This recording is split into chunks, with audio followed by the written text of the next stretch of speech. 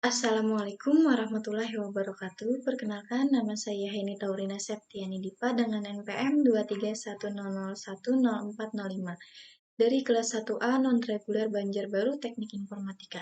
Di sini saya akan mengerjakan tugas dari Bapak dosen kita, yaitu Bapak Muhammad Rashidan MKom, dari mata kuliah Organisasi dan Arsitektur Komputer. Di sini saya akan menjelaskan komponen-komponen motherboard. Langsung saja. Yang pertama, pengertian motherboard.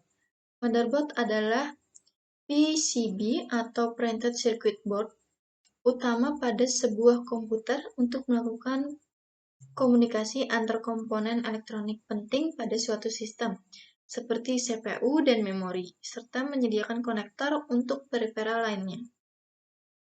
Fungsi motherboard adalah sebagai pusat penghubung antar perangkat keras komputer. Motherboard bekerja dengan menghubungkan bahasa kode antar perangkat keras yang kemudian disinergikan sehingga menjadi aktivitas kerja komputer. Lalu komponen motherboard. Yang pertama ada chipset. Chipset merupakan komponen motherboard yang berfungsi membentuk dan mengatur jalur data. Jalur data tersebut akan menghubungkan prosesor dengan berbagai komponen motherboard lainnya. Chipset menjadi patokan dalam menentukan dan menilai kemampuan serta fitur motherboard. Yang kedua ada soket CPU. Soket CPU berfungsi sebagai tempat penyimpanan prosesor yang mana merupakan otak dari CPU. Soket CPU dapat dibedakan menjadi dua jenis, yaitu soket LIP atau Low Insertion Force dan soket JIPS atau Zero Insertion Force. Yang ketiga ada NOT bridge. NOT bridge disebut juga sebagai MCH atau Memory Controller Hub, merupakan bagian dari chipset yang berfungsi mengatur pertukaran data yang bersifat internal.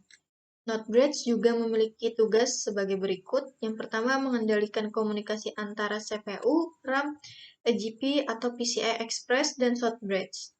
Yang kedua, menentukan jumlah, tipe, serta kecepatan prosesor yang dapat dipasangkan pada motherboard.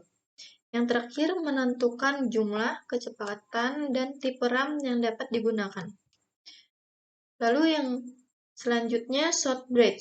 Short bridge merupakan komponen pembantu NOT bridge.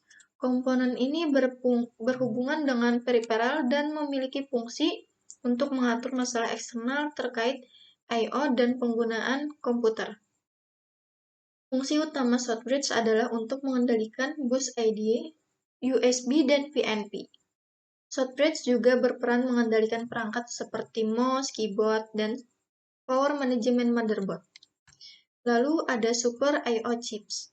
Komponen ini berfungsi menangani perangkat input atau output yang bekerja lebih lambat atau kurang menonjol. Super I/O chips banyak digunakan pada komputer versi lama. Namun saat ini telah dikembangkan chipset yang menggabungkan Super I/O. Lalu ada BIOS. Chips ini menyimpan perangkat lunak yang mengontrol hardware serta berperan sebagai perantara dari hardware ke OS, Operating System. BIOS memiliki fungsi melangsungkan POTS atau Power on Shelf Test saat proses booting atau menyalakan komputer. Lalu slot memori. Slot memori merupakan tempat meletakkan memori RAM, bentuknya memanjang dan dilengkapi dengan pengait. Selanjutnya, slot ID dan slot SATA. Komponen ini berfungsi untuk menghubungkan sebuah CD-ROM atau hard disk. Slot ID banyak ditemukan pada motherboard dengan teknologi lama, sedangkan pada motherboard keluaran baru lebih banyak digunakan slot SATA. Lalu ada slot AGP. Slot ini diletakkan di sebelah slot PCI dan memiliki fungsi untuk memasang kartu grafis. Lalu ada slot PCI. Slot PCI berperan menangani perangkat keras. Baterai CMOS.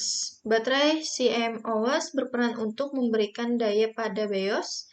Adanya baterai ini memungkinkan konfigurasi yang telah diatur tidak berubah saat komputer dimatikan dan dinyalakan kembali. Misalnya mengenai tanggal dan waktu. Lalu ada jenis-jenis dari motherboard. Yang pertama ada motherboard AT-Baby. Motherboard AT-Baby merupakan jenis motherboard yang pertama dikembangkan dan sudah tidak dipakai lagi. Jenis motherboard ini memiliki ukuran yang besar dan mudah mengalami peningkatan suhu. Motherboard AT-Baby menggunakan format 386 serta 486. Yang kedua ada motherboard ATX. Motherboard ATX merupakan motherboard yang paling umum digunakan komputer pribadi untuk rumah maupun kantoran. Yang ketiga ada motherboard BTX. Motherboard BTX dirancang sehingga kompatibel dengan produk Intel serta memiliki pengendalian panas yang baik. Yang terakhir ada motherboard ITX. Motherboard ITX sangat kompatibel dengan format bias sehingga cocok digunakan pada mini PC. Berikut tadi adalah penjelasan saya tentang komponen-komponen dari motherboard. Sekian dari saya. Wassalamualaikum warahmatullahi wabarakatuh.